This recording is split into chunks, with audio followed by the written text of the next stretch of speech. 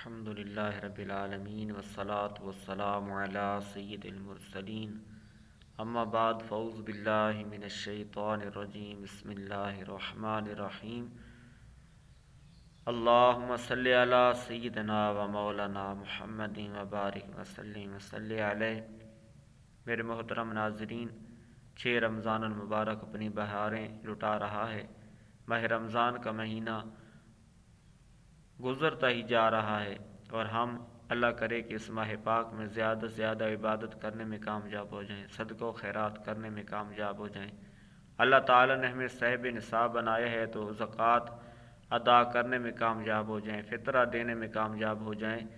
تو ہم نے یہ کوشش کرنی ہے کہ جو ہمارے عزیز و اقربا ہیں، رشتہ دار ہیں، محلے دار ہیں جو مستحق ہیں، تو ان کو ضرور جلدی زکوٰۃ بھی دے دیں، فطرہ بھی جا کر دیں اور لوگوں کے سامنے نہ دیں، رات کے وقت دیں یا ان کو اکیلے میں جا کر دیں کہ پوشیدہ نیکی جو ہوتی ہے اللہ تعالیٰ کو بہت پسند ہے۔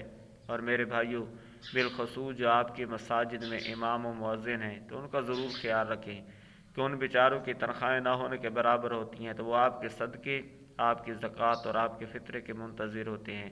ان کے بچوں کا بھی خیال کریں، ان کی ضروریات کا بھی خیال کریں اور جتنا ہو سکے اپنے ائمہ مساجد، مؤذن، خادم مسجد ان کا ضرور خیال کیا کریں۔